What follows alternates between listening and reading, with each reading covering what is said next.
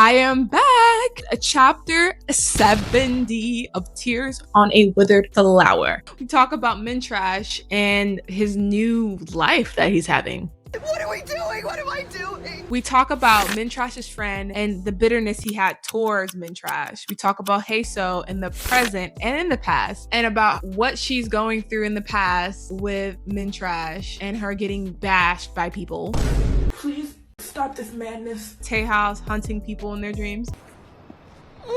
So much to get into. Let's get into it. So the whole school is literally buzzing right now. Mintrash decided not to submit his application for college.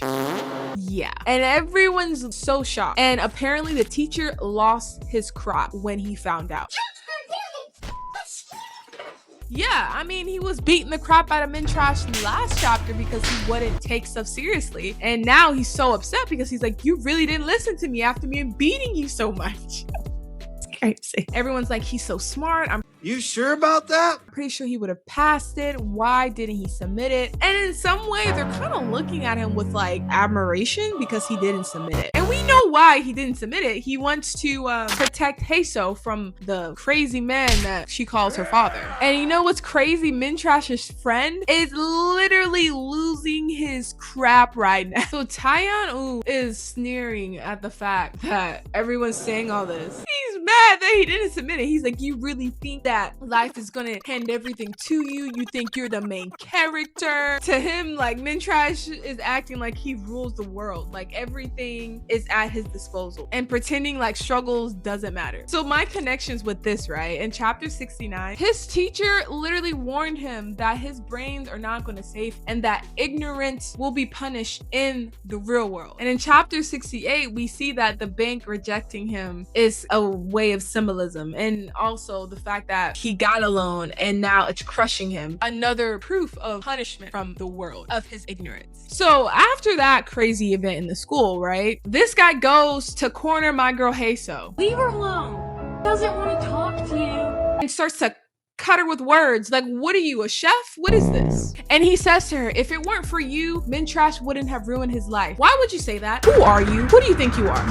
Are you in love with him? They don't like you. I don't like you. What is this? You're defending him now? Just moments ago talking about that you cannot wait for the world to crush him. What's the purpose? And I'm thinking the purpose of him saying that is because he wants them to break up. And he's like, I'm gonna push you to break up with him. He calls her shameless and insists that Mincheol has had other women wanting him that are wealthy, will always have women wanting him. But why are you telling her this? She didn't do anything wrong. We remember that Mintrash, once he got the money from Haesoo to buy stuff, he thought about either taking Ari or Haesoo to go get stuff for him with the money. And he decided to choose Ari because he mocked Haesoo for not knowing name brands and not knowing stuff, making her feel so unworthy. And then the shopkeeper accuses Mintrash of being some thug or some negative force that's always attached to Haesoo. And this whole thread shows me that Haesoo has always been the scapegoat for people. For that so-called friend, for Mintrash, for her dad, her mom. I cannot do this any fucking more. She's literally being blamed for everything he is and isn't. Somebody needs to stop these people, because why? But you know, my girl, she was like, you know what? Who you think you are? I'm not a Mintrash and Haesoo like fan. Like, I don't want them back together. But when she stood up for herself and for her man, I was like, yeah. Now tell your present self to do that. Like, she literally admits that she might not be as amazing as everyone else. She may not measure up to everyone else, but she loves Mintrash and she's gonna live a happy life. And hearing that, it makes me so sad, but it also made me so proud, but it also makes me so frustrated. I was going through so many emotions. My girl, like, if only she knew what was happening in the present. Why? It's so good that she said that. Bad because of the outcome, like what they're going through. At this point, I would have been like, girl, run, go, leave. And in this thread, right, shows me that her devotion is used as a weapon, but also a chain. And it's also a wound for her. And it makes sense why she stayed with him for so long. The trauma bond between them is crazy. We see that her awkwardness accepted Mincheol's love. And his love was like basically belittling her. And then in chapter 18, we see that she completely collapsed after finding out about Mintrash's betrayal. And so that's why that thread for me She uses her devotion as a weapon. It's also her wound, and it also chains her down. So then after that whole interaction with that guy, right, we go to Mintrash, and he's moving boxes. He's like, you know what? This is the start of my new life. I'm so excited. Even though he just got belittled and attacked by his teacher, he's like looking so optimistic. He's like, you know what? Even though there's no window or barely a window and there's dirt on the walls and it's really small, we're gonna do good. We're gonna do great. I'm gonna get us out of here out of no time. This guy. That just shows the ignorance that he has. He doesn't realize what is going to happen out there. And he's like, I'm gonna be able to get my woman, my wife, Haesoo, everything she wants. And I'm like, oh Lord. And so, Haesoo arrives. She shows up and she instantly lashes out. She's yelling, she's screaming. She's like,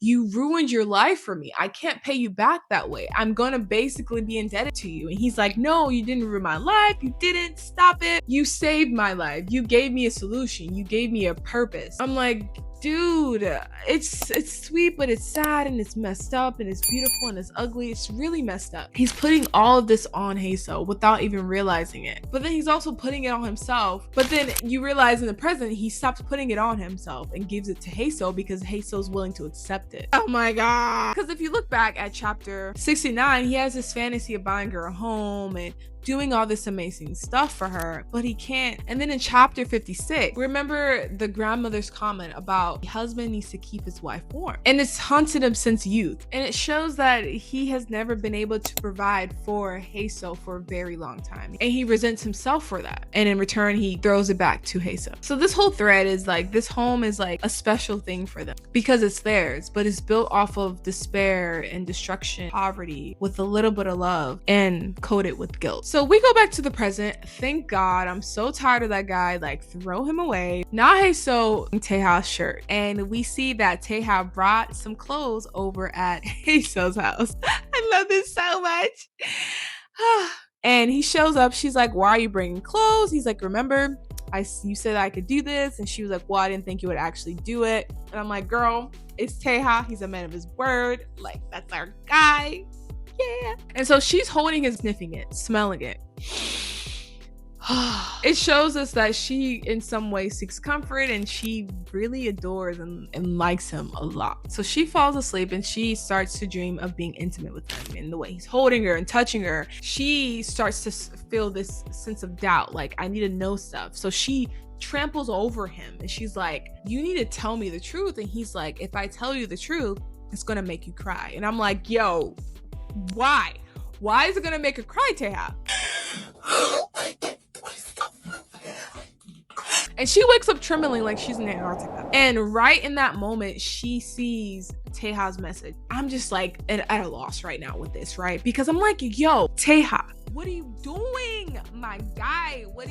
You need to tell her. You should have told her where you work. You should have gave some sort of information. You should have gave her something, but you didn't. Why are you lying? I hate liars. Stop lying, Taha. And then my girl, Haesoo, she needs to go back to how she was in the past and get on your feet and be like, yo, Taha, I need information. Tell me what I need to know. Here's A through Z. We're answering all these questions. So the connections that I see, right, with them in this whole thing in chapter 57 and 58, the intimacy, the teasing, the biting, and all of that. And then in chapter 67, Mincheol's paranoia with Taha stealing Haesoo, which we are confirming through 2 occasions that it's being successfully done. Taha is no longer just a threat to Mintrash's mind. He's also in Haesoo's thoughts, her body memory, and in her dreams. Okay, so my predictions for 71, right? So let's go with Haesoo. Let's go back to the past arc, right? With Haesoo and Mintrash. I think that we're going to see Haesoo and Mintrash see more elements of them in their new home and having honeymoon, newlywed sort of vibes to their home. Her trying to figure it out, him trying to get a job, or him getting a job and possibly losing it because of certain things. And then we also start to see little things that sow seeds of resentment and guilt and hate and frustration. And then all of obviously we know that he takes out a loan for some reason. Maybe because he can't afford work or something, but was it because he didn't have a job? We don't know, but I feel like we're going to see that. Mintrash's friend who hates him and maybe be in love with him.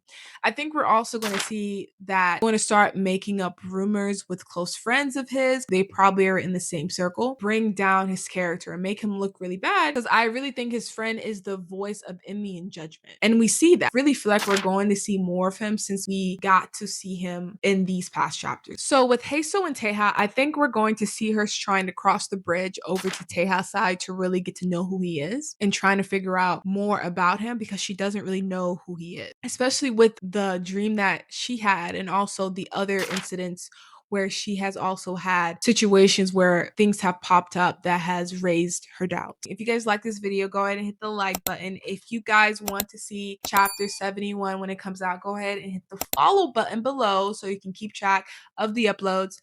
What do you think about the chapter? Let me know what you guys' thoughts. What is your favorite moments about this chapter? What do you think about Haesoo's dream? What do you guys think about Haesoo and Mintrash's past? Share this with someone that you think would love to join this discussion with us. Let me know what you guys think in the comments below. I appreciate you guys so much. I love talking to you guys. I'll see you guys in chapter 72.